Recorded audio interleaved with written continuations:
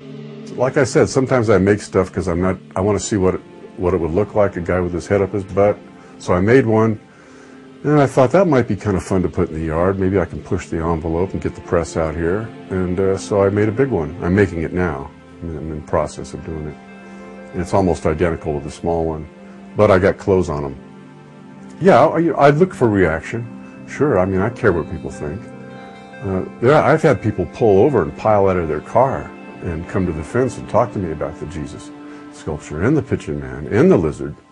I don't know, I like to shock people. I don't know how else to answer that question other than my mind goes to places that maybe normal people don't go. Maybe it's the artist thing in me. Yeah, my daughter, I wanted to do a female form, not nude, but and I wanted to do something big. So I took some pictures of her and I made a 15-foot sculpture of her without a neck. And I put it in the yard. And I traded it for her wedding at the Hillside Nursery, Larry Ash's place over on Institute. So it's there now on display. And also there's a baseball guide, the one I had in the 2005 show down by Southside Johnny's. That's down there. And I've got a lizard on his roof. So, and I've got some more things in mind for coming up. Probably going to do an alligator for his pond at some point. The thing that inspired me about the tall blue woman I have, I called it, I haven't come up with the title yet. It's either Bones, because of the supports I have in it, or Tall Fox, or Dancer. I'm not sure, but it's up about 24 feet in the air. The piece itself is about 14 feet long.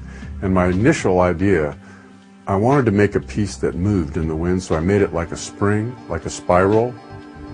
However, fiberglass doesn't really work that way, I found out. It sags and gets hot. So I had to keep supporting it with stuff in between so it doesn't move the way I wanted. And once I started, I couldn't stop. Now it's pretty heavy. It probably weighs 150 pounds, but I got it up. I'm getting some good feedback on it. But I'm still learning about fiberglass. I don't know everything there is to know about it. I thought it was flexible. They make bows out of it. Hunting bows? Well, there's some things I didn't know, that the weight of itself would cause it to bend and fold. So I repaired it, and I just kept repairing it until I got what I wanted. As far as commissions go, I've had a couple, 3 or 4. I made a stone piece for a church for a memorial. This was about 8 years ago.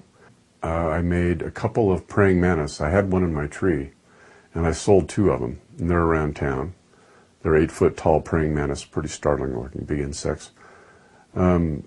And I got a commission going right now. It's a parrot. It's out in my yard. It's for Larry Ash and his Hillside Nursery, where I've got a few pieces over there. He's going to put it in a big cage he's got. So, but my main goal would be to score a really big commission, like from a public works project, do a bronze of some kind. All I need is the space and some help getting started. I have made small things that I made into large pieces, like the Pigeon Man that's in the yard. And the lizard, I made a small one first and such. But I intend to get in the figurine business, make small stuff, kind of like Michael Garman. I'm not going to do any cowboys or anything. I'm going to do my own thing. Make them out of wax, then you mold them for mass production, and that's what I want to do, make them out of resin. I still haven't got the whole process down yet. I love sculpting because it's a learning curve. I got more to learn all the time. It's a trade secret now. I haven't figured out how to make the molds for those little ones. But I am making the originals out of wax. You melt it, you make a little armature, just like making a big one, only small. And I can do that inside when it's cold. So, and my goal is to sell those on the website. In the next 5 to 10 years, I hope to actually be a full-time working artist. I'm not getting any younger. I would like to quit the painting and make my living making art. I just want to be known as somebody who made some goofy stuff, some impressive things, and was successful at it and was in demand. Not necessarily worldwide, just enough to live the lifestyle I want to live as an artist and have my kids be proud of me. That's about it.